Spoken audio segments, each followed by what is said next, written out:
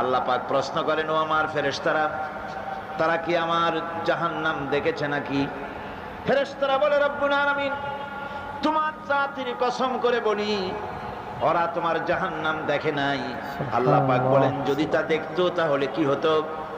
ফেরেশতারা বলে, রব্বুল আলামিন, তোমার জাহান্নাম দেখলে তারা এই জাহান্নাম থেকে বেশি করে ভাগতো, এই জাহান্নাম থেকে পানাহ চাওয়ার জন্য, পরিত্রাণ পাওয়ার জন্য আরো বেশি করে কাঁদতো। আল্লাহ পাক বলেন, ও আমার ফেরেশতারা, আমার এই বান্দাগুলি আমাকে দেখে নাই, আমার বেহেশত দেখে নাই, আমার দোজখ দেখে নাই। না দেখে কোরআন হাদিসের কথা বিশ্বাস করে এভাবে কাঁদতেছে।